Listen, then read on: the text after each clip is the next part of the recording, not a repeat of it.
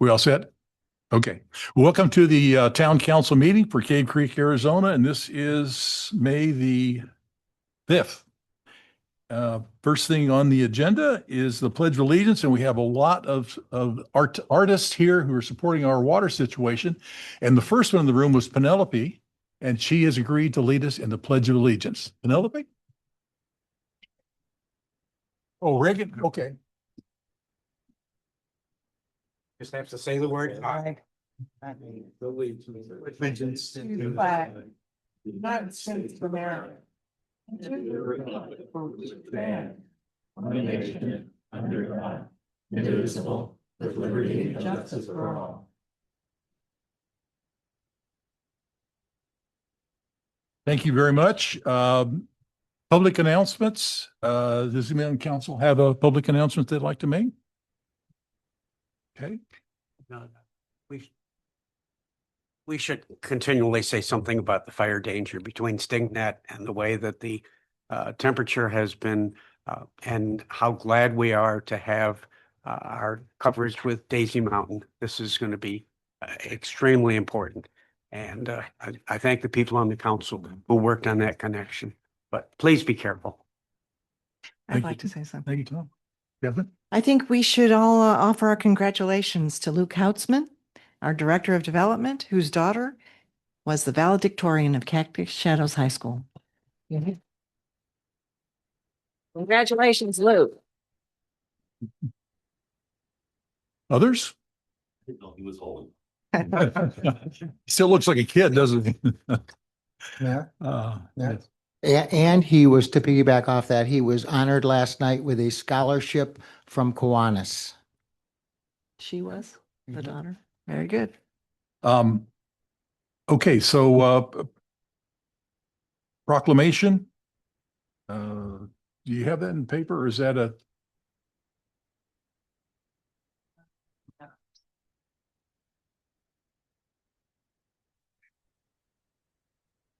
It's on the screen. Oh, here we go. Okay, excuse me. All right, here we are.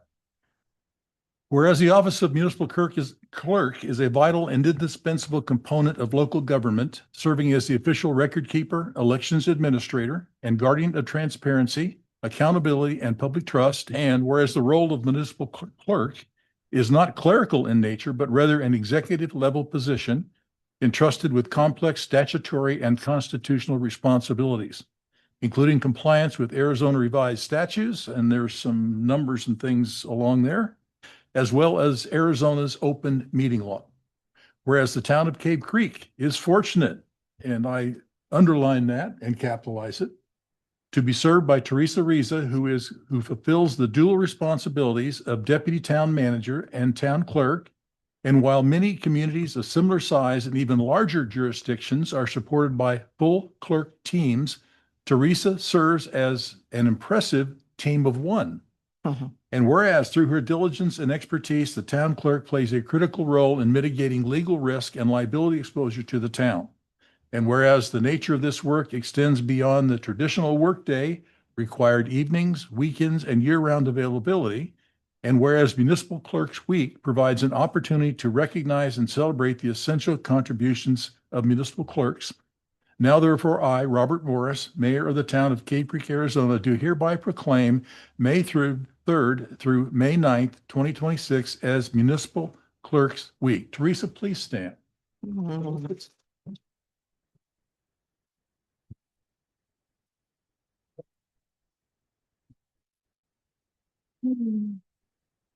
I can test about the weekends. I get stuff from her all weekend long, it seems like.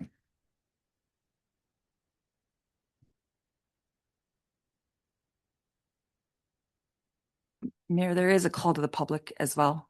Okay, Is that yeah, I'm the trying to get agenda? back to the, we have these iPads. It's hard to navigate at times. Call to public. Good. Julie Goldhammer.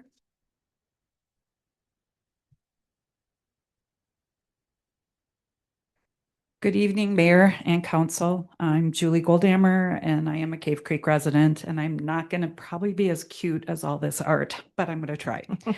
I recently went through the town's hot work inspection process for a permitted fence replacement, and it surfaced some issues I hope you'll review. First, a quick positive. My initial and final inspections with Eric Baker were excellent, and I want to commend him. He was very professional and communicative, so thank you to Eric Baker.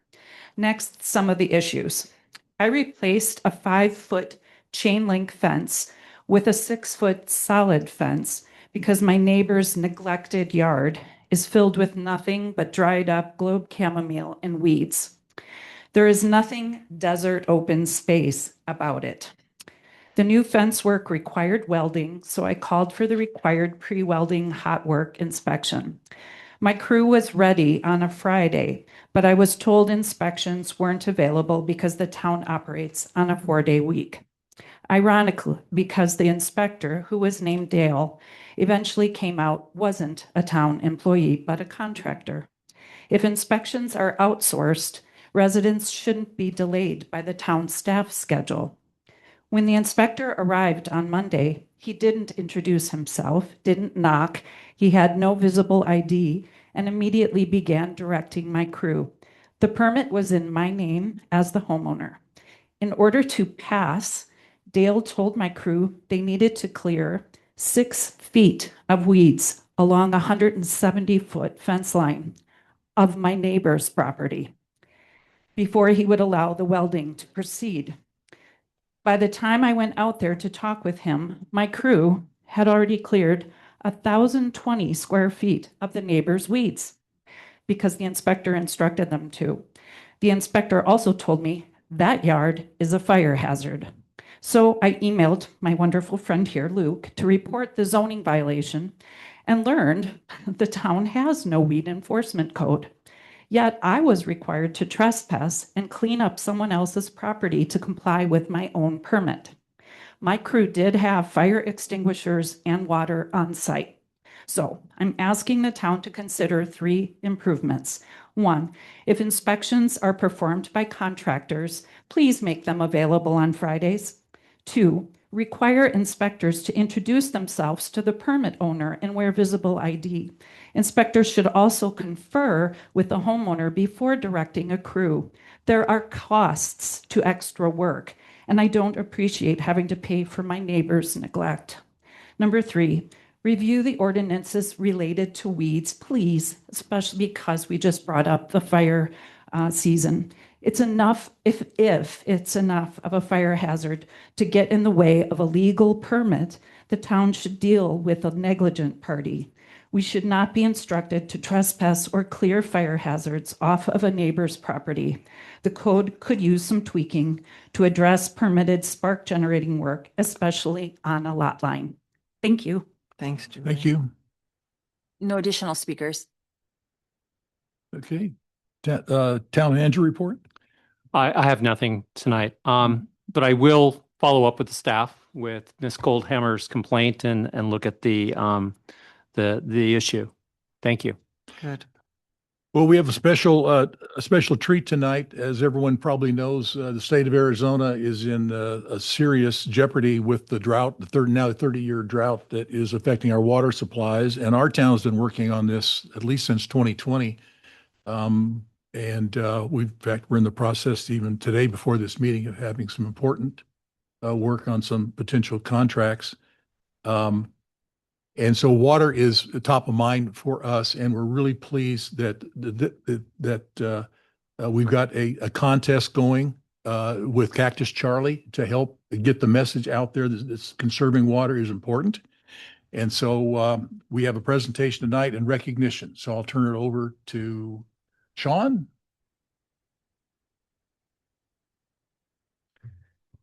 Thank you, Mayor and Council. I was just going to quickly introduce this. As you indicated, the town has water issues that we're facing. So as part of our Utility Advisory Board, they've been tasked with really helping do outreach and conservation. So the idea came up, one thing is Cactus Charlie was actually created from outreach from our Utility Advisory Board. Our Vice Chair, Bob Anderson, his son actually came up with the idea. So that was a great thing. So we're trying to get that out. You'll see Bo Larson's trying to get some outreach. But we actually were able to talk to the Desert Awareness Committee. One of our other Utility Advisory Committee members, Lynn Walsh, is actually a member of the Desert Awareness Committee. And she brought up the idea they're actually doing a competition with school-age kids to actually do some outreach. And we thought, hey, can we merge the two together? Can we utilize this new mascot that we've come up with, this Cactus Charlie, and allow them to go and be creative with it? So with that, we actually had the Desert Awareness Committee. We supported as the town through the Utility Advisory Board.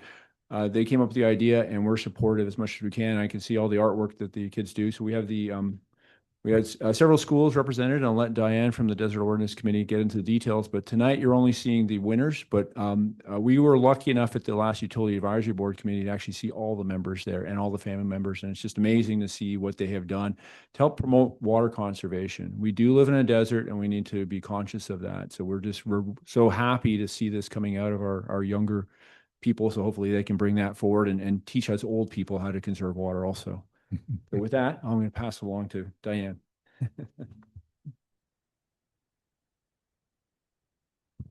Thank you, Sean, very much. Council, haven't been here in a while.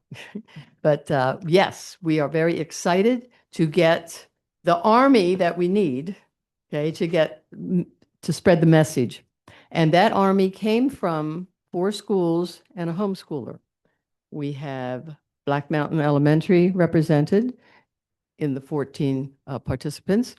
We have Annunciation Catholic School. We have Carefree Academy, Carefree Christian Academy. We have Great Hearts School, and we have a homeschooler who came here to visit his grandmother for a few months, and he is now traveling through the West spreading word about the water shortage all over as well. It doesn't live here, but there you have a peripatetic water conservationist, you see. So I'm going to have the first place winners of the 3 categories. The 3 categories are K through 3, and representing them tonight is K through 3 is Penelope Bitar. And she's going to come up, she's from Black Mountain Elementary, she's going to come up and tell you it's here, so you can't see it. You're all facing this way. But maybe I can come around and pick it up because you really want to look at what she's going to talk about. Penelope, come on up, honey. Can we get a microphone that she can reach there? There. There we go. See if you, right there, tell them your name, see if it works. My name's Penelope. And my poster says save water. Water is gold. And my cactus says, can you believe people aren't saving water? And then it says, I'm even saving my tears, even though I know people don't really save their tears. I just thought. Very nice. Oh, sorry, that premature.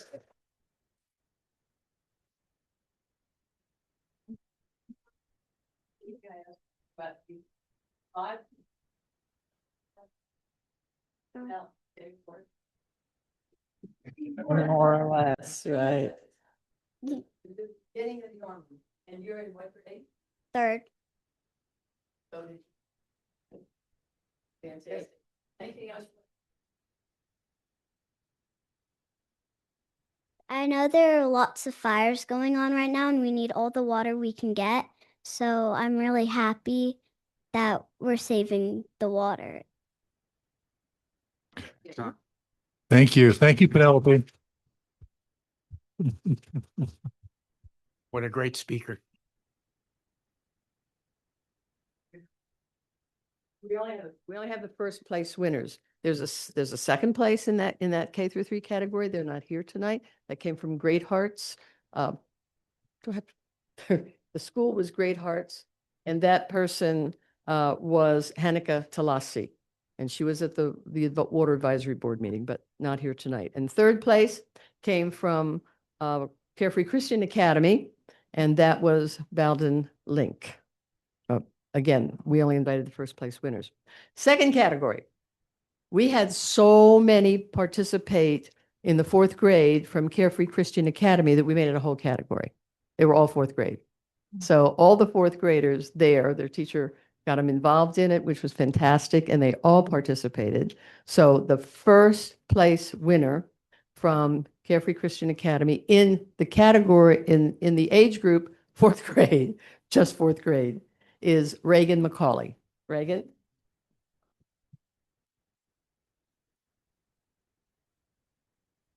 I don't. My name is Reagan, and I have turn off the tap. It's a snap. Oh, Yeah. That's really good. I have Cactus Charlie in the middle. Those are showing people saving water. she must They're be- taking shorter showers and steaming their vegetables.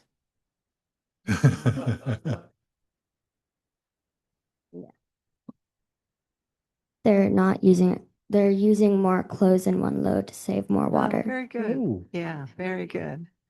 Yeah. Yeah. Reagan, thank you very much for participating. That's quite a imaginative way to do it. It's a snap. Yeah. So we want to thank you for doing that. And are these going to be available after the meeting so we can take a look at them? Okay, so they'll be here. So if you want to drop by and take a look, they're really cute.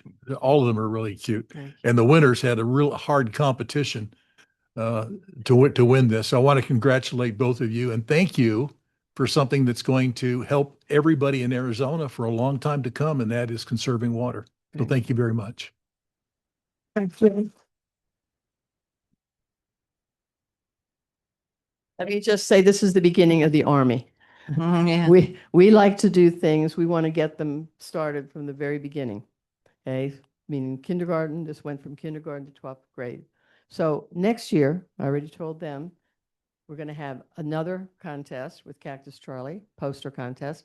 But because we didn't get any high schoolers, I guess they thought doing a poster was beneath them. So we're going to have them write articles. We will have an article competition. We'll go to the English department, make sure they do it. And so then we can publish those two. Because if we get the word out to all of them, they are the spokesman for now and the next generation. That's right. And that is what we need. And I'm going to leave with the council a book that I'm going to bring, Sean, to all of the Water Advisory Committee member. And since we have a councilman here who is invested in getting the word about water out, you know who that is, Councilman McGuire. Okay. I'm going to give the book to him.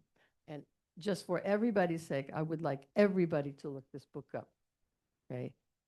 It's called The Big Thirst, written by Charles Fishman. And so I'm going to give it to Councilman McGuire. I'm going to give it to the Water Advisory meeting at the end of the month. A little much for all of you, right? And then you'll know how we can solve this, where we need to go and what we need to do. Thank you for giving these kids a chance. They're going to be the leaders. Thank you, all of you. Before you leave, Diane, Yes. I want to thank you personally and Desert Awareness Committee. Your committee has been a force in this town for many, many years starting. And this is a new thing. It's usually about the desert landscape, but now you've taken on water. I want to thank you for that. That's right. Yeah. So thank you very much. We appreciate your effort. Let's give Diane a big hand too.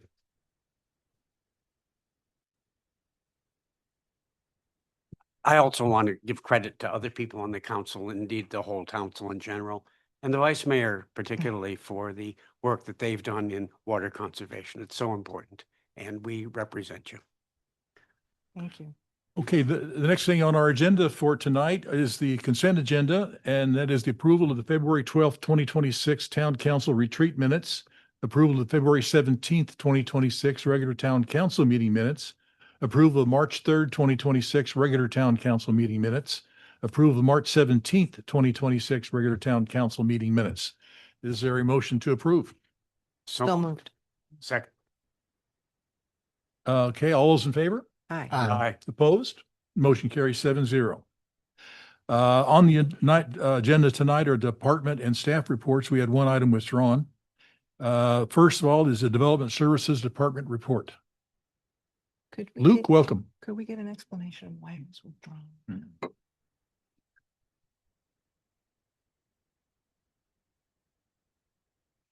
Thank you, Mayor, members of council. I expect nothing less than a current student at Black Mountain Elementary School to take home the first place trophy, being a Black Mountain Elementary School alum myself. Definitely is a gem in our community. Let's see, is this one? Let me share it. Hey, there it is.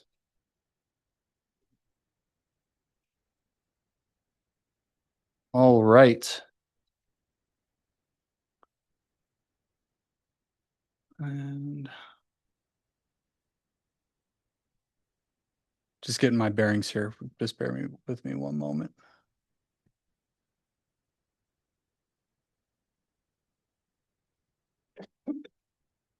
Perfect. Okay.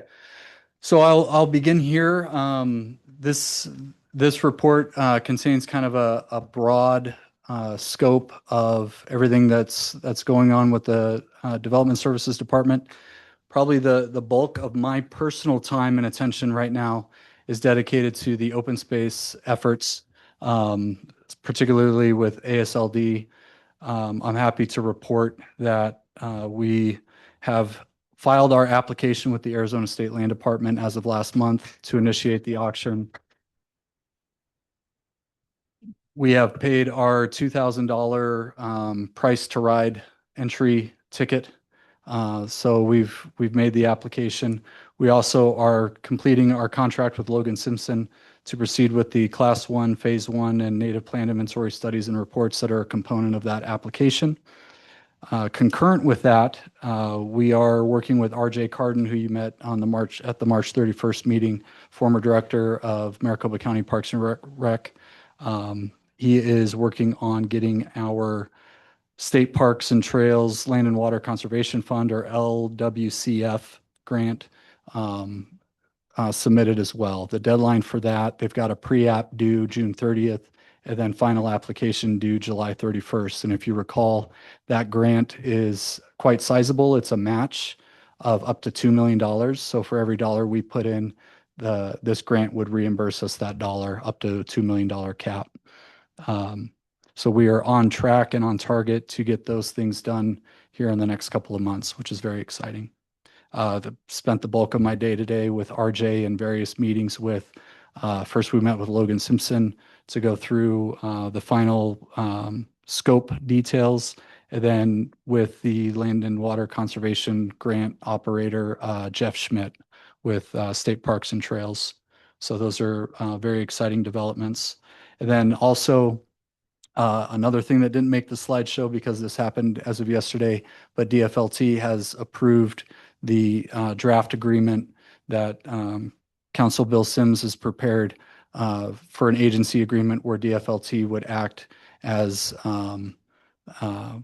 essentially a fiscal agent for the town to accept any donations in this effort as well. That agreement will be coming before town council for adoption or consideration of adoption May 19th. So the next council meeting, you will see that on an agenda. Great work. Working on it. So in all of these efforts, and really going back to the open space ad hoc committee, staff developed this map that indicates all publicly held lands. So you'll see ours is kind of the golden hue. You've got the red that illustrates the state land open space holdings. You've got the purple, which is the DFLT holdings within the state. And then kind of the pinkish BLM lands, which consists of the rodeo grounds. And then there's two 40-acre pieces that one sits right above Whispering Hills and the other sits right above Las Ventanas subdivisions.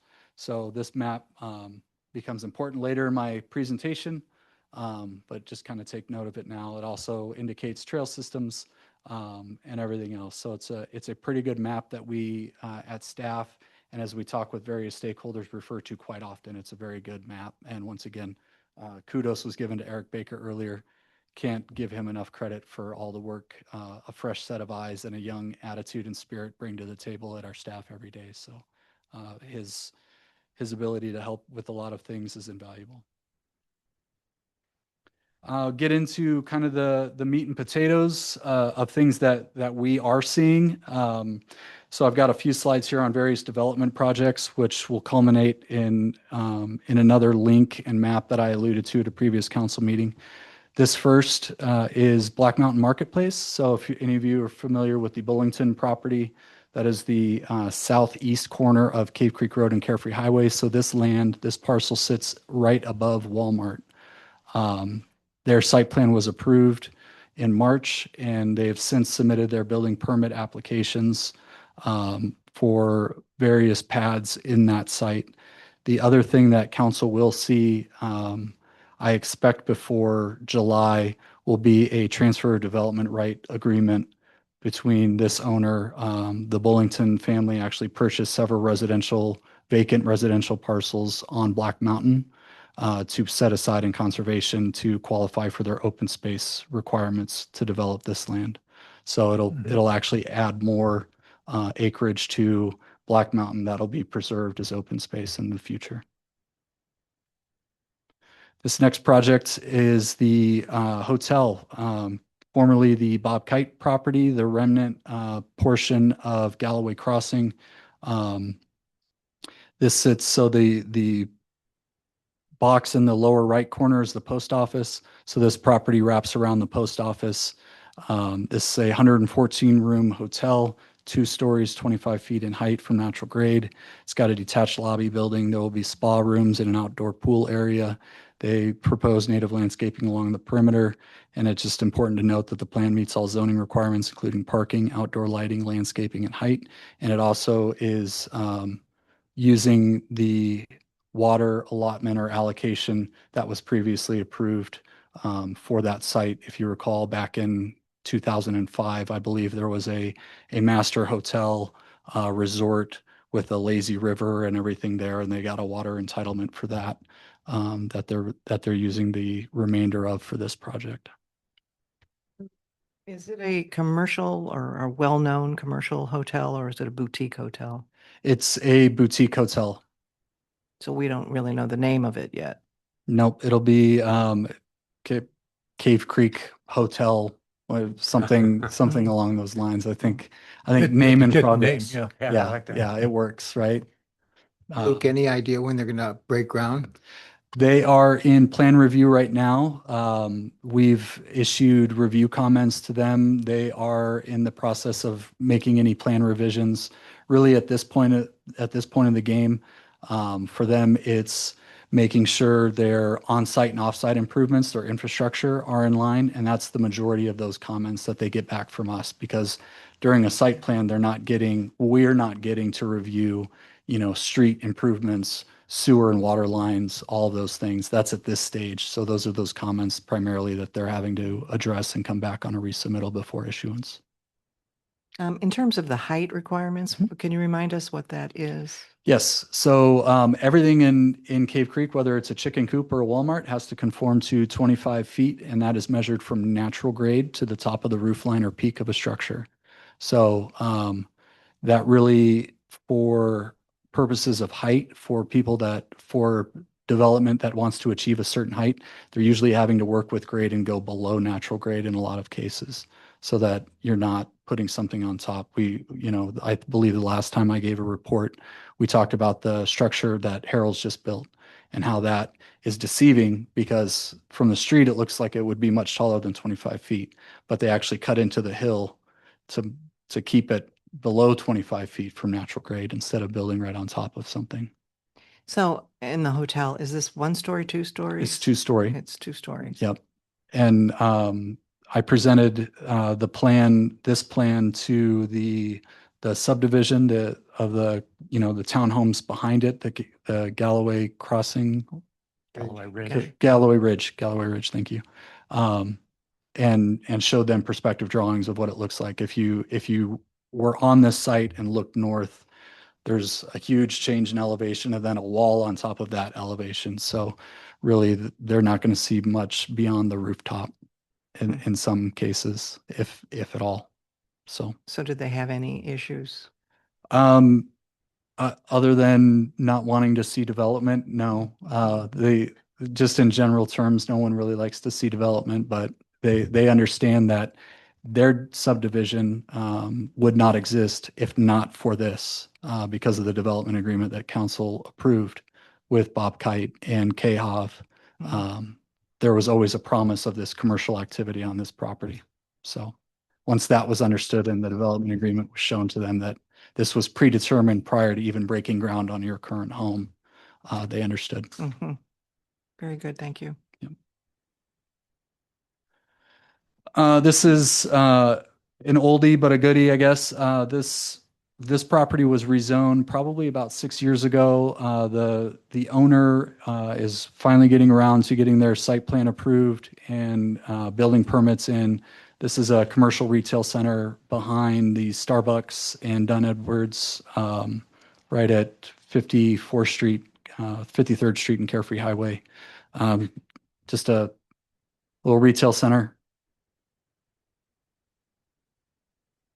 Without frontage on the highway, can you say what they would be doing there? So the owner is actually a garage. They own a garage door sales and installation company. They're out of Flagstaff or Prescott. I'm not sure which exactly, Flagstaff, but their intent was to kind of expand their footprint down into the valley. Sounds like sales tax.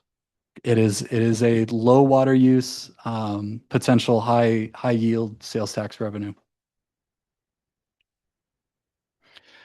These next are projects that have been, or this project has been kind of in and out of our review cycle for many years. These are 7 live work units that are directly, or not directly, but south of Town Hall, actually south of the fire station. So it would have first level commercial space with garages behind those, and then upstairs residential units. So true live work. It'll have commercial along the frontage of Cave Creek Road at ground level.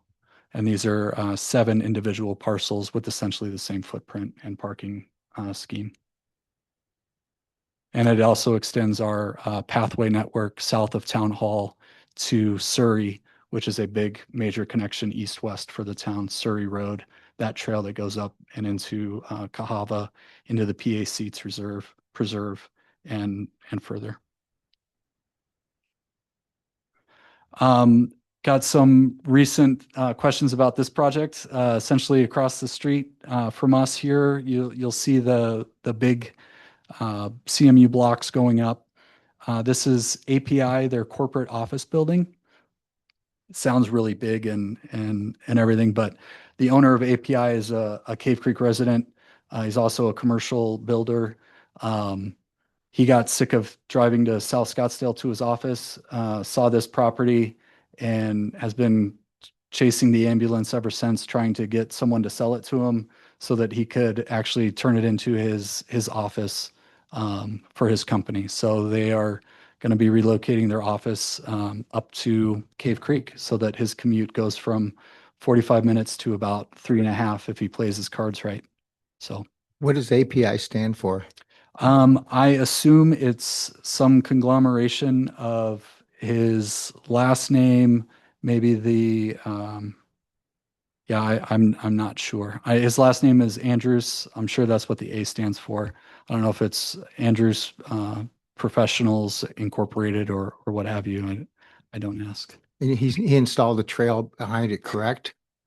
There will be a streetscape and a trail along Cave Creek Road in front of it. Good.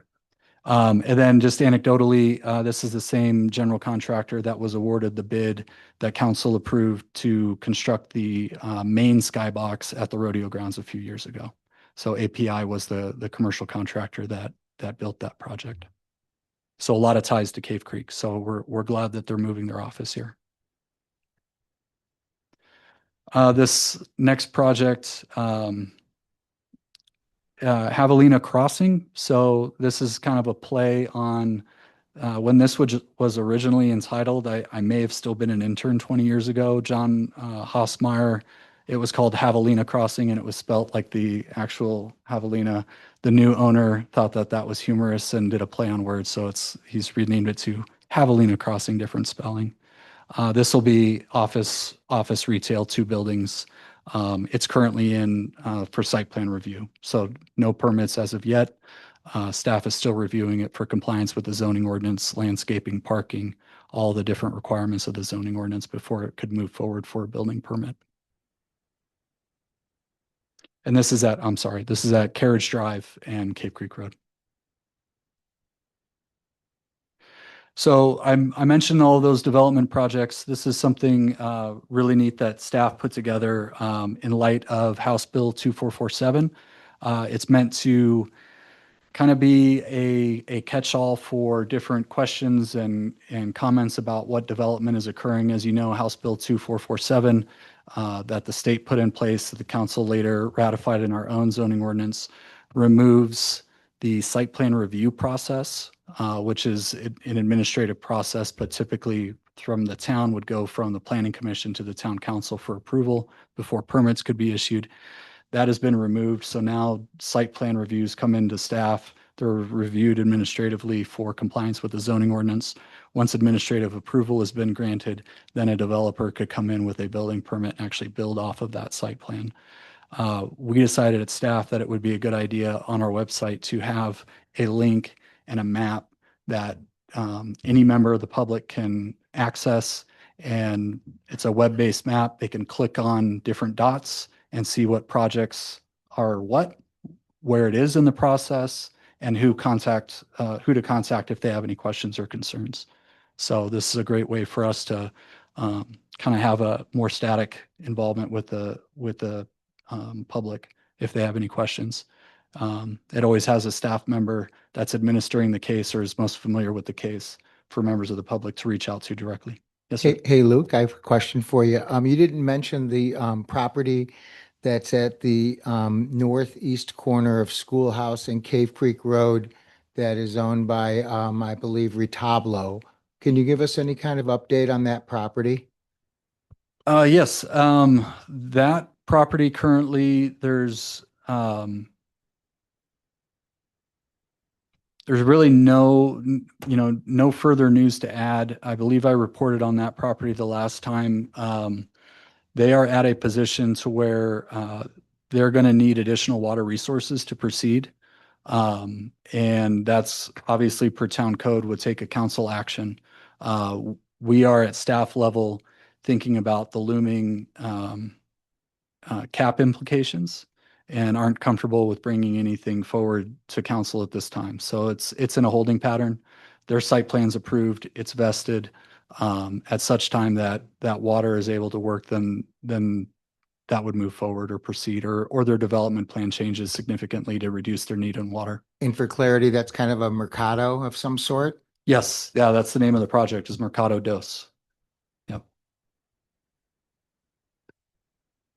Mr. Mayor, before you leave this slide, HB 2447 had the, in effect, converted, as Luke described, legislative acts to administrative acts.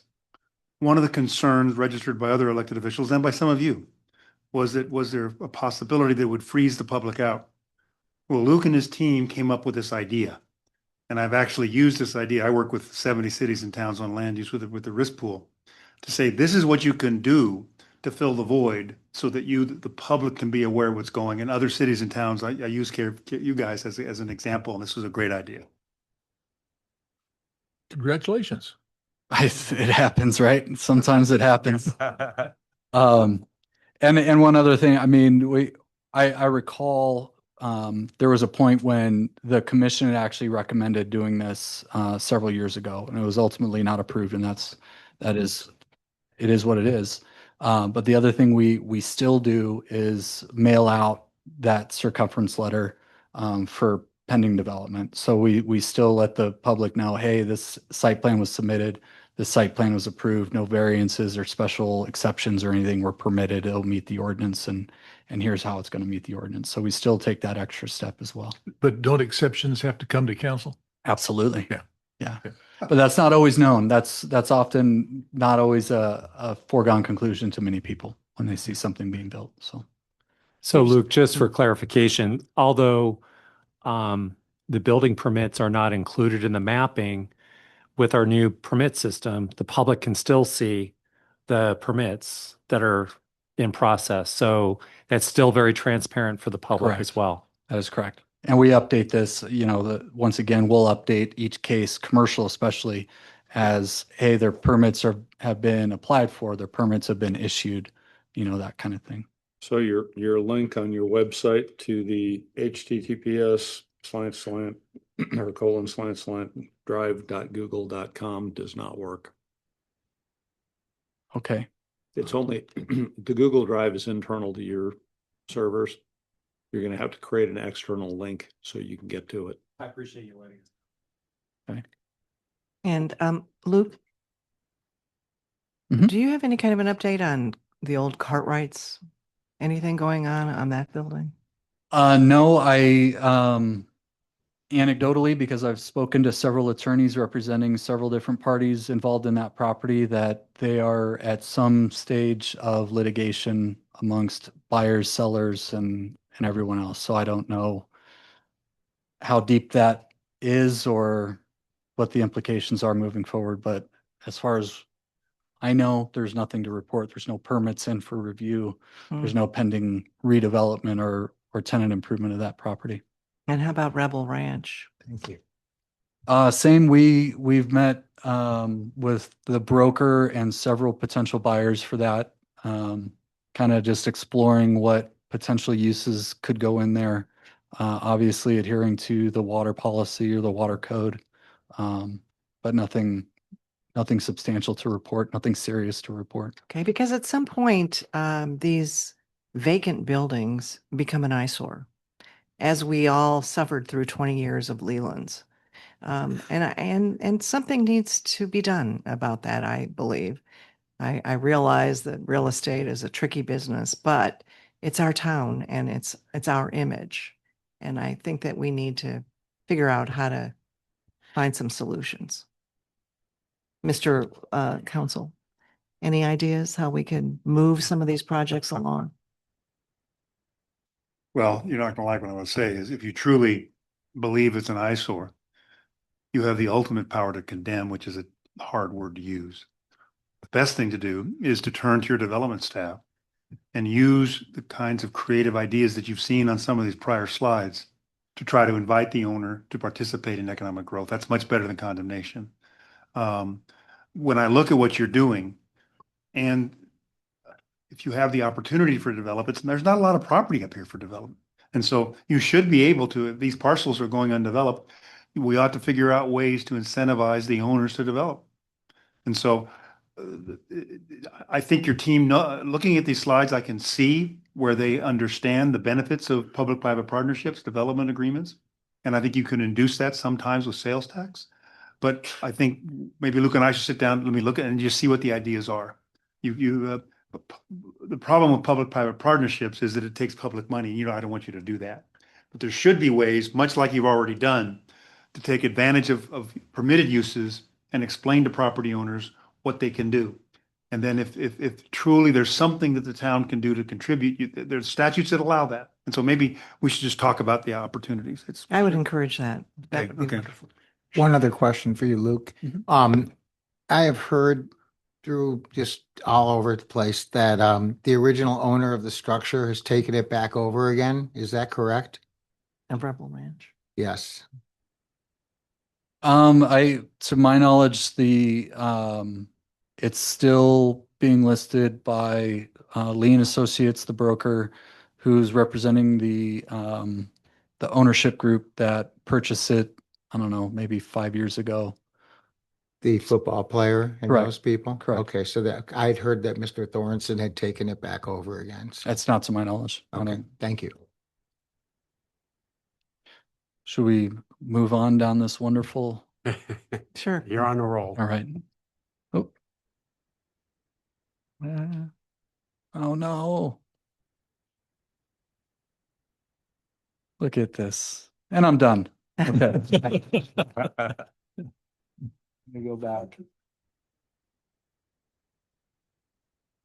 Well, now the cat's out of the bag.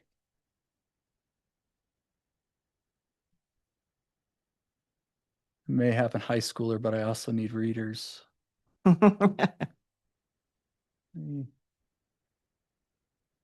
previous. There we go.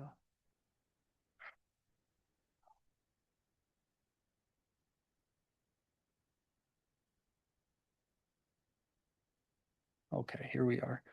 Do you recall that map I alluded to earlier? So we're going to get into what we've been working on at the Planning Commission level. Obviously with House Bill 2447, I didn't want that group to stagnate at all. I wanted, there's definitely some things, housekeeping in nature that deserve their time and attention. This is one of them. When we had put that map exhibit together that identified all the town-owned property and DFLT-owned property, we came to the realization it's something that we've known, but my staff kind of said, hey, wait a minute, these properties are all zoned DR 89 or DR 190. They're all, zoned for residential development. And something we had discussed many years ago was going through and initiating applications to rezone those properties to open space to kind of clean up our map. We own the property.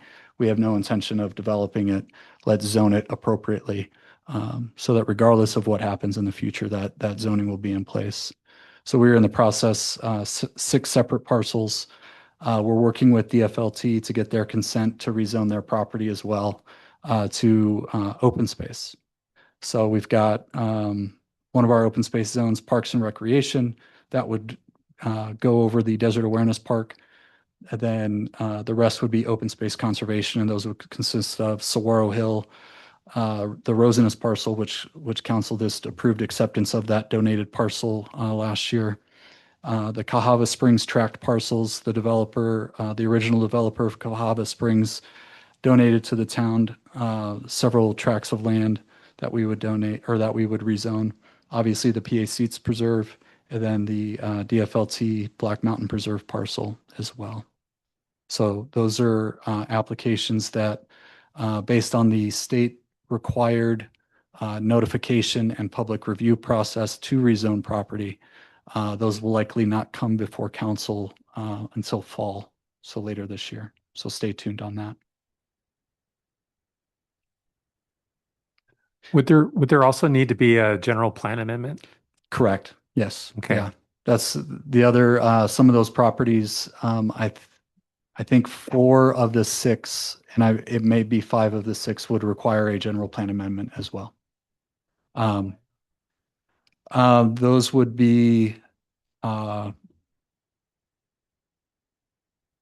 minor because we are not ratcheting up the land use. We are unraveling the land use. So those would be considered minor based on our general plan outline. The next thing that the Planning Commission is looking at, and we've had several workshops over the last several months, is a couple of things that we discussed at the last Town Council Planning Commission workshop, joint workshop. And that's looking at modifying the landscape and undisturbed requirements in commercial zones, looking at accessory living quarters in R18 and R35 zones, the commercial use table, so section 3.5 of the table. And then also one thing that has really been difficult to navigate is the language that's been in our hillside ordinance for many years. There's several people want to find contradictory terms in that, and our goal would be to clean that language up so that it's clear, concise, and evident on what exactly qualifies as a hillside property, number 1, and how hillside regulations are imposed, number 2. So those are the types of things that the Planning Commission is looking at. And then lastly, what we're looking at is based on the legislative session, Senate Bill 1529, which requires municipalities to provide pre-approved housing plans for different housing types. This is another case where I can say Cave Creek is truly unique and offer to take anybody outside that disagrees with me. It is very difficult to find housing plans that are going to work in Cave Creek. We have sloping properties. We've got a bunch of different landforms. It's very difficult to take a canned plan and drop it on several properties in Cave Creek. So that's been problematic. Luckily, our building official, Adam Hicks, had to do this on his way out of Coconino County. So we're in the process of getting that implemented and offering some house plans that would be allowed. The problem is, once again, a house plan is only one component of several components it takes to get a permit. You've got to have a grading and drainage plan that shows that you can put a house on a property in Cave Creek, adhere to the height requirements and everything else. And that's where the grading and drainage comes into play. So just having a house plan that comports to all of the IRC code is one thing, but so we'll get there. So now on to some different things. So rodeo grounds, obviously, if you were out at Cave Creek Rodeo Days about 6 weeks ago, you may have noticed the new improvement over the timed event end or the south end of the arena, ropes and reins. This is an elevated viewing area that was generously donated by the Hart family, who privately designed and constructed the improvement with a local contractor.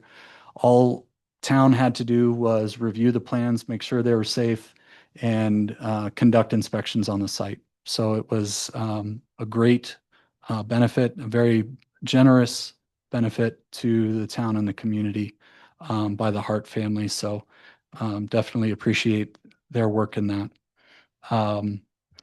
We were moving ahead with putting in automatic gates at the end of Matic. We also last year expanded and improved parking on the south side of the rodeo grounds. Our goal was to put in automatic gates, and surprise, we are completely tapped out on electric out there. So we had in this year's budget doing an electric service upgrade. That project is likely to expand because APS has identified that they have no more power to feed that facility. We would be looking at installing another transformer. So with that said, we've engaged a electrical engineer, a local electrical engineer that is going to study the rodeo grounds, look at all of our current load, and build us out load capacity for the rodeo grounds now and into the future. So this won't be an issue again if everything goes as it should. Luke, Yes. has there been any progress on us getting title to the property for BLM? Well, I'm glad you asked. Yes, actually, so when we originally went down this road or initiated this road several years ago at the completion of the restrooms, that's really when, per our agreement, we had the ability to submit an application to have BLM issue patent for the land. Patent's a fancy way of saying, here, take it. Maricopa County, because our interest is in 22.5 acres, Maricopa County's interest in that BLM land is 225 acres. So we sublease from Maricopa County. Maricopa County leases the 225 from BLM. The BLM staff member that oversaw our area has retired, and they have a very sharp and on the ball person that has taken over kind of that caseload and doesn't like the pile on the desk that he inherited and is working quickly to get the no-brainer, I'll use kind of that term, applications off his desk, this being one of them. I said 6 months, just kind of laughing, and he didn't laugh. So hopefully soon. Right, good, because as we pour more money into it every year. Exactly my my concern as well. Yeah, I share your concern. Good. And Luke, real quick, again, I know I've asked you this before, but is there any ballpark idea of how many people in standard size cars can park in our parking area back there? 200-300? It's the number is a little immaterial to me, and I'll tell you why. We found out, we were hopeful from the Turquoise Circuit that parking expansion would serve us with no problem. What we saw from Cave Creek Rodeo is it's still not completely adequate to handle all of the traffic that come there. So that's what we're working with Cave Creek Rodeo Days to figure out solutions to that moving forward. But as far as how many cars offhand, I don't know. I know Turquoise Circuit ran parking a little bit different than Cave Creek Rodeo does. I'll get a number from Cave Creek Rodeo to see if they've got a figure on, because I know they striped it with an anticipation of how many cars it could hold. Like, there's previous discussions, we can have other events there, that we can make money off that arena. And we need to know what the parking is before we approach people to talk to them about this. Absolutely. Yep.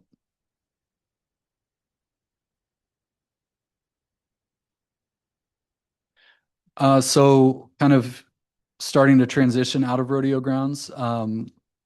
We are looking at revising our fee structure. I've reported this to council before. We're looking at working with a consultant to help us generally get to a fee schedule that, and again, I've reported this to council, is not going to cover the cost of operations and maintenance for the facility. But my goal, and I hope it's shared, would be to get to we're not in the red on staffing and utility costs and everything out there. We're at least covering those costs. But as far as future upgrades and the ongoing maintenance and repair of the facility, I don't know that we would be able to adjust without pricing all the users out of the market. So it's one thing that we're looking at with Wildan, who helped with the comprehensive fee study that council looked at last year. The other thing is the town's chief building official has identified several permitting and fee corrections and updates, and those will be coming before council in the fall of this year.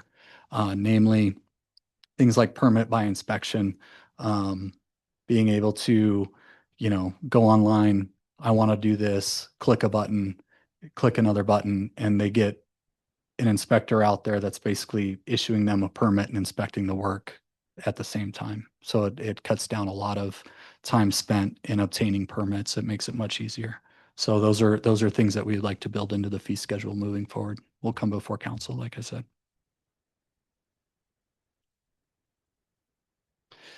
Town Hall, we're still, we have our contract with the architect and their team. They're nearing completion of project plans. We understand that we're not moving forward at this time, but based on the money allocated to having these plans done, we want to get to a point where we are ready at such time that council directs to move forward and proceed with the Town Hall project, that we're ready to go, that we can go out and solicit bids and get working instead of having to wait and go back to the drawing board and get plans done. So we're at that stage. I expect plans to be done and ready to go here in the next probably 4 weeks, should council elect to move forward or whatever the timetable may be.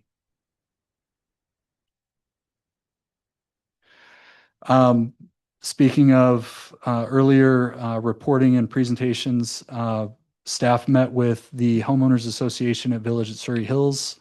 It's a condominium project south of Town Hall here. Walked the site. Both the chief building official and myself walked through and did an audit of fire danger, wildland fire danger, structure fire danger. We basically picked up where Jim Ford had left off with this group. I had marked different things, different problem areas, different problem species of trees. And within 2 weeks, they had put together a resident Firewise Day activity, these are pictures from that occurred on my birthday on April 18th. They were cleaning out stink net, removing several invasive species of trees, and did a lot of work. So they are on track to become yet another Firewise certified community in Cave Creek. So we're very proud of that and all the work they're doing.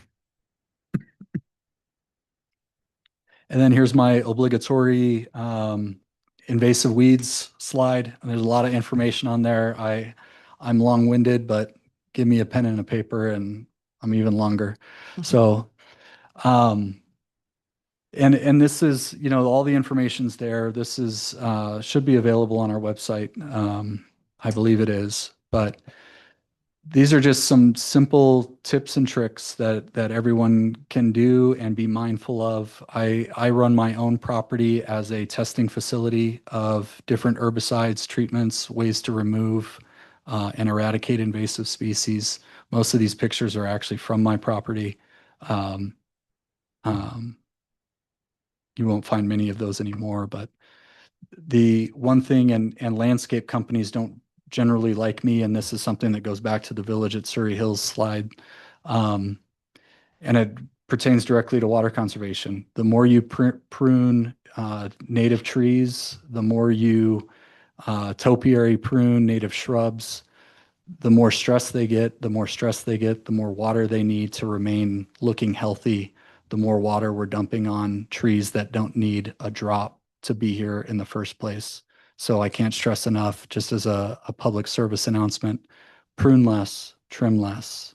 Mother Nature was doing a great job before we arrived. She will continue to do a great job. So that's my slide on that. And lastly, I'll wrap it up with local landmarks. I serve on the local landmarks subcommittee at the Cave Creek Museum. We wrapped up another season of successful recognition and awards. The local landmarks committee has soft launched a passport program where visitors and residents alike can go into our tourism bureau or the Cave Creek Museum, obtain a passport, visit our different establishments. There's a little quiz on the passport, and bring it back to either of those places. And if they've made an attempt to get some of the trivia answers right, they will be given a prize. And the swag box of different prizes is pretty fun and unique. So I challenge everybody, council staff, and especially our out-of-town guests when we get into the season, to go out and participate on the Easter egg hunt, as it were.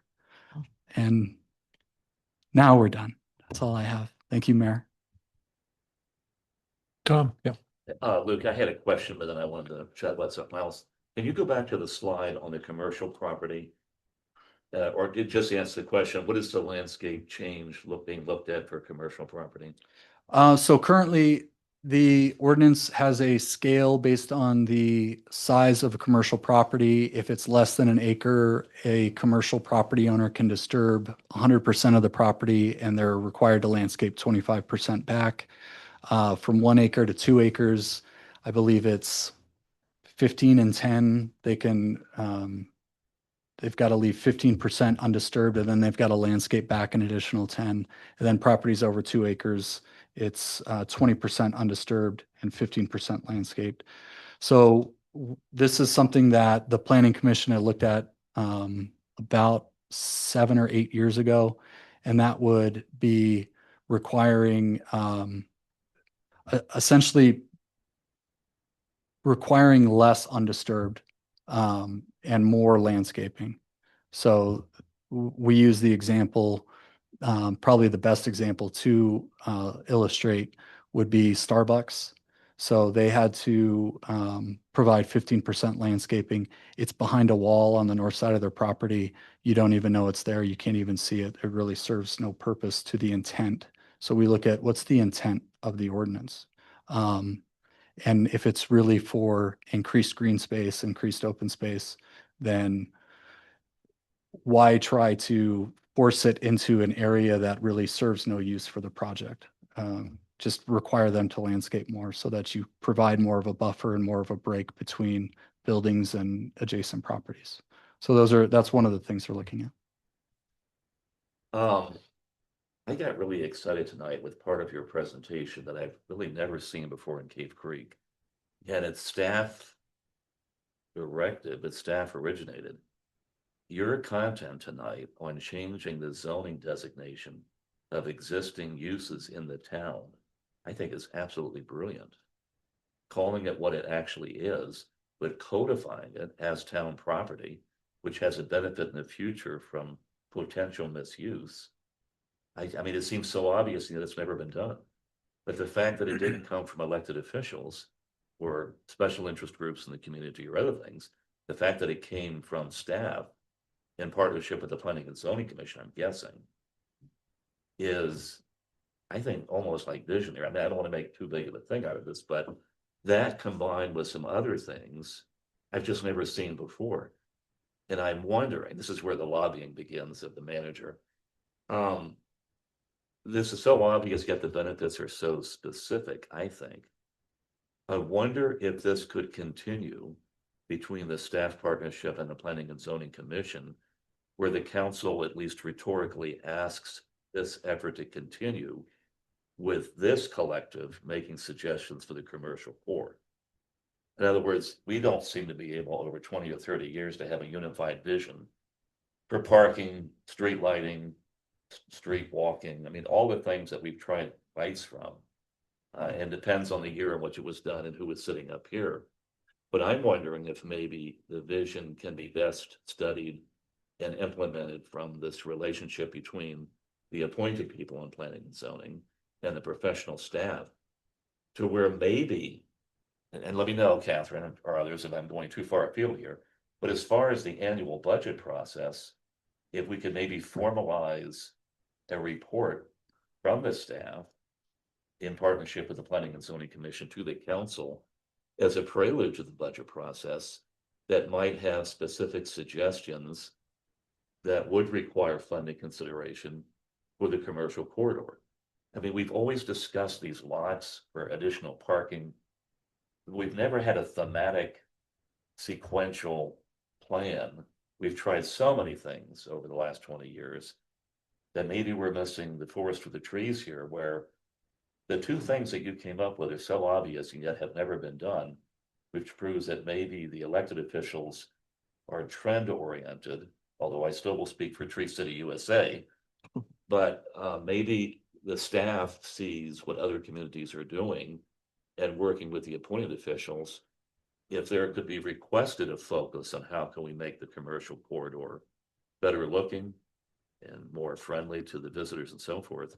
So I'm rambling here, I know, and I'll stop, but there's a couple of things you proposed tonight that we've never done that came from your side of the dais that I think we should explore going forward in absence of somebody having something on this side. That's all. Thank you. Mayor. I do agree. I believe in a roundabout way. I try to report on different aspects of our adopted plans. Probably the one I'm most proud of, and Councilmember Driscoll had a large part in too, is drafting our current adopted town core plan. And maybe that would be a good topic of at least several slides in my next report in what staff is doing to enact and enable and enhance that town core plan and bring those visions and actions and goals set forth in that plan to fruition. Because I believe a lot of what you would consider as progress and you know, making improvements to something that's already unique, eclectic, funky, whatever adjective or superlative you want to throw at it. So it's well taken, your points. I think that is something that staff can do more of. And there's several members on the planning commission that have kind of taken up that mantle of what can we do in the town core? What little projects can we look at doing? What commercial landowners and business owners can we approach that might be a softer landing to say, hey, wouldn't it be nice if to do those things? So that's something I will make an effort in the future to report on and bring back to council. We should lobby, I'm sorry, this last comment, we should lobby the manager with a commercial Charlie drawing. You would have too many bullet holes, I think. Thank you, Mayor. Luke, a quick question. One of the follow-up items that was discussed in our joint meeting with the Planning Commission was the line of sight at crosswalks, at median turn lanes, things like that. Is that falling under your purview in planning, or is that over on the engineering side? That will be in due time. Yeah, I'm aware of it. Our Public Works is aware of it. We're looking at what we can do without taking out that, now the name escapes me, the yucca that's there. Mm-hmm. So we've got to figure out something, but I'm aware of exactly where you're talking about. Okay, thanks. Luke, No pillars, please, like the town to the east has got right now, please. The new pillars that are over Oh, there. they're wayfinding signs. Yeah, we don't want to see those. Luke, one thing you didn't mention was the Aldi's. Is that still coming? Yes, I don't know why that wasn't in the, that is in plan review. They submitted their permits, actually recently, maybe 10 days ago. So that's in first review right now.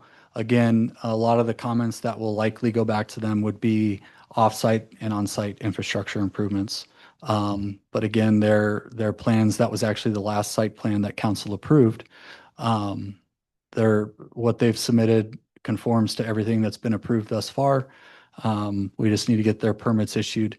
And obviously, it's not lost on staff that really development in that general vicinity, that intersection, is a race. And we are up against the town of Carefree, our neighbors, to get development and tenants there that further the town's economic base and limit the town's use or dependency, or limit our requirements to provide them water. So we are all marching to that drum to get them through the process as quickly as possible. Speaking of which, and what do you know what the status is of the Carefree property across the street from the Burlington? Okay. I do not. You do. You're just I not do. saying. No, I do not. They keep us in the dark as much as they can, and that's fine. We know what we need to do, and we know what our future beholds, and we're going to get there. Okay, and just one last comment related to Tom's comment. I agree with what he was saying, that your input on the town core is very essential, but it is on Carefree Highway as well. Because we're often criticized that it could be the next Bell Road. So we need to make a concerted effort to make sure that it doesn't appear that way. And so your vision for that area is also necessary. Absolutely. Yeah, I agree. The 23 acres you're speaking of over there at the northeast corner of Carefree Highway and Cave Creek Road, the town of Carefree has a newsletter. Last week, they said that they had a new developer and they were going forward with that right now for retail and office space. FYI, it's right there. It's been the same line for a while. Yep. Well, Luke, thank you. I feel like I know more about what's going on in development than I have in my 8 years sitting up here. So that is an outstanding report.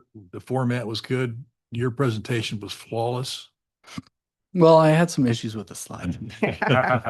You gotta knock me down a little bit on that for grading here. I guess the only thing I could add to that is I think your staff should be here with you because they're very involved and they need some recognition as well. And that's what them being present and also learning from you on how you're doing these presentations. So I think next time we'd like to see Stephen's face, at least Stephen.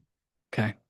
Well, as you're aware, so a good portion of my staff actually begins their workday on the clock at 6 a.m. So that's a lot of times often a big ask.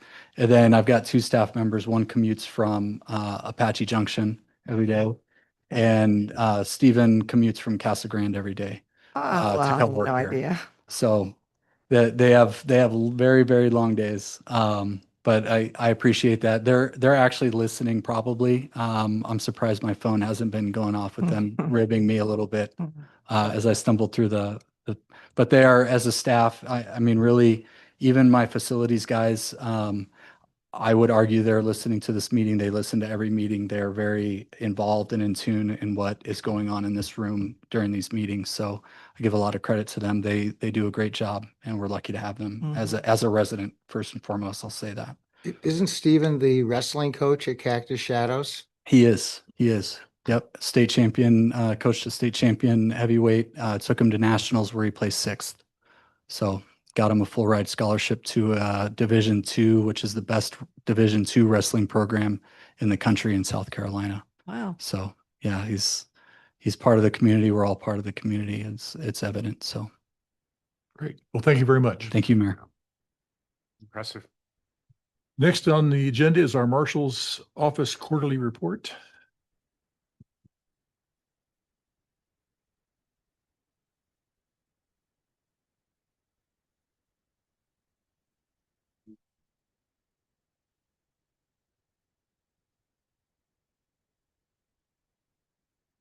Deputy Mayor. Oh, that's a good point. That's why you're here. We're off to a great start.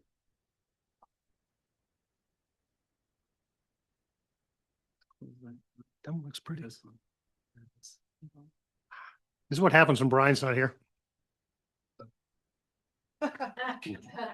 I'd be careful. She's in the back of the room, you know. There you go. All right. Again, no. It'll catch back up. Promise? Yeah. Okay. Should. There's a reason why I'm not touching it. Clearly, it's not. I don't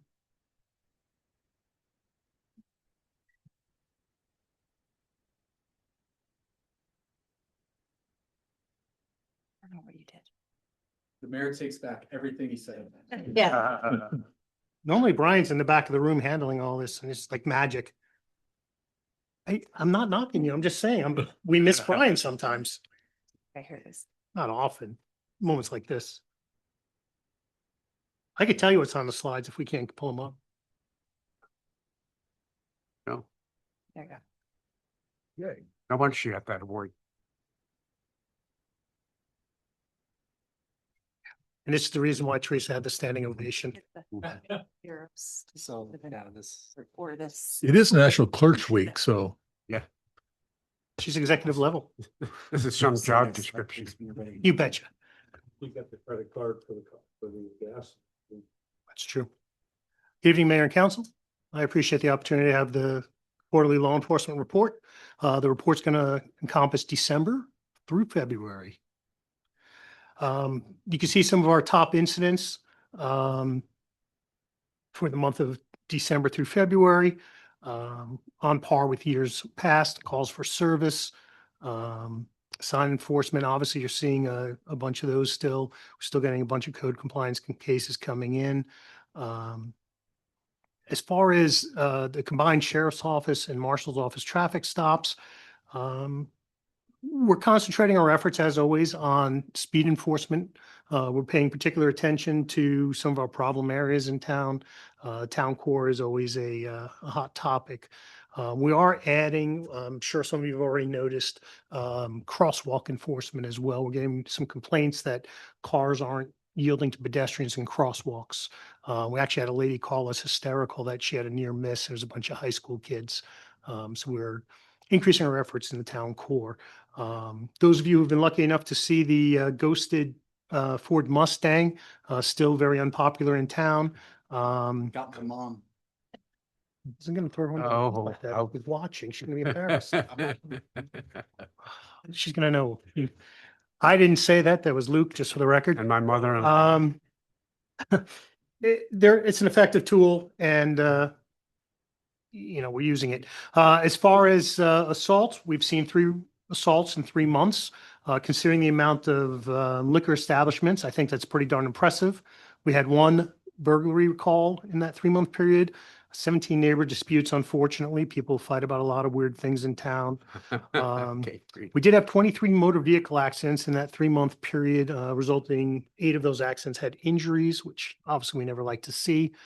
Shoplifting, we saw 10. The majority of our shoplifting complaints are coming from our large box retailer in town. Obviously, as we add more retailers, we're going to have more of those shoplifting complaints. Patrol vacation watch is, let's say, someone's going away on vacation. They want us to watch their house. The sheriff's office, myself, will check on the house once per day minimum and walk around the house, make sure there's no issues. Assaults, we had 3. Oddly enough, assaults and fights, we had 3, so it makes sense.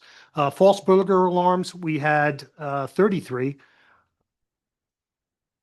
Since I've been here, we always have a large number of false burglar alarms. Nationally, burglar alarms are the lowest priority call for service. 98% are false alarms. Our neighbors to the east have an ordinance that X amount of strikes and you're out, you get a citation. We've never felt that that was something we needed to do here. But it's definitely something we should probably keep an eye on. There's nothing worse than these deputies having to drive out to someone's house. When we get a call for a burglar alarm at someone's house, We have to walk around the entire house. If there's an open window or an open door, typically door, we have to make entry and we have to clear the house, make sure there's no burglars in the house. Not only is it time consuming, it's dangerous. I can't tell you how many near misses with people's Cujo dogs we've had. Not everyone's dog is warm and fuzzy, and I could attest to that. As far as the pie chart, you could see this quarter we had 220 complaints. Year to date, 363 complaints, calls for service. Traffic citations, pretty steady, 47 during the quarter. And then, yeah, that's basically that. Notable during this quarter, we had the Cave Creek Rodeo Day Parade, no injuries, no arrests. We had the Cave Creek Rodeo, no injuries, no arrests. Now, the caveat on the no injuries, it doesn't account for the cowboys. There's always going to be cowboys that get injured. You want to mess with the bull, you're going to get the horn. Fingerprinting, we fingerprinted 63 residents. We reviewed 19 special event and liquor licenses. Usually around December, January, things slow down a little bit, which is always a blessing. As far as the sheriff's office, we have the same leadership that we've had for the past couple of years. Captain Letourneau is still the captain, and we have Lieutenants Arthur and Lieutenant Scott there. There was a notable change to the day tour. We had a great deputy here by the name of Robert Halliday. Very aggressive deputy, really good at what he did, very personable. Like all deputies, he put in for a transfer. He moved on to Lake Patrol, got promoted, still stayed as a sergeant in Lake Patrol.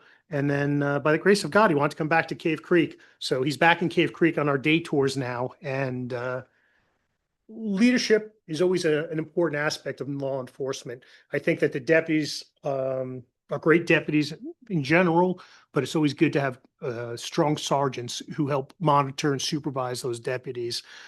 So again, Robert Halliday is a great addition. We also just picked up a new sergeant on the night tours, the overnights. I don't know him personally, but he was here a few years ago, went elsewhere, got promoted, and just came back. So we're excited to have him. I'm told he's extremely similar, quote unquote, to Sergeant Halliday. So we're excited about that. Again, we're doing the increased enforcement on crosswalks. Majority of the time, if you get pulled over for violating the if there's a pedestrian in a crosswalk and you don't yield, it's kind of like a school bus violation. You're going to get a ticket. There's really no grace for something like that. Again, ongoing speeding enforcement. And then we had an interesting call. We had a hiker who got a little bit lost on the trail. She was 67 years old. She was on a trail, but just couldn't figure her way back. Unfortunately, it wasn't accessible by UTV, so we had two deputies hike into the lost subject. We had her GPS based on her phone coordinates, and the Sergeant Halliday, as it would seem, requested fire department to respond. It was approximately an hour and 25-minute hike for the deputies to reach this individual, hour and 25 minutes to come back. Those of you that are familiar with Spur Cross know that you have the steps built with those railroad ties, so you couldn't get a UTV there. Sergeant called for Cave Creek Fire Department to stand by at the Spur Cross when they came out, and the deputy got on the radio and said, you know, she doesn't need medical aid. And the sergeant replied, "That's for you guys." Yeah. That shows that Sergeant Halliday has a good sense of humor as well. Be happy to answer any questions. Questions? Thank you. Good. Thank you. I think it's safe to conclude from these numbers that we're basically a very safe town. The violence, things like that, the dangers, again, pedestrian safety is a key, as it's been for a long time. But well done on all the special events we have here, and with the amount of nighttime entertainment we have, I think this is an outstanding record. We try very hard. I think that as a small town, one of the attractions is safety, and we have a very safe community, thank God. Mayor, I did. Yes. One. Just one quick question. Under the category of assaults, if there was a domestic violence complaint, would that be reported separately or would that be under assaults? Assault. Okay, thank you. Yeah, we're very blessed in Cave Creek. I mean, obviously, any jurisdiction is going to have some domestic violence. Based on where I've worked before, we don't really have a lot of domestic violence, thank God. And oddly enough, when we do, it's a lot of times not residents. It's someone that shows up at the Buffalo Chip, someone that shows up at the Roadhouse and has a domestic in there in the bars. Very limited amount of domestic violence in our town, thank heavens. I like to think we're good people in Cave Creek. Thank you. Anyone else? Thank you, Adam. That concludes our business according to state law. Anyone have anything that can be brought up? If not, meeting adjourned.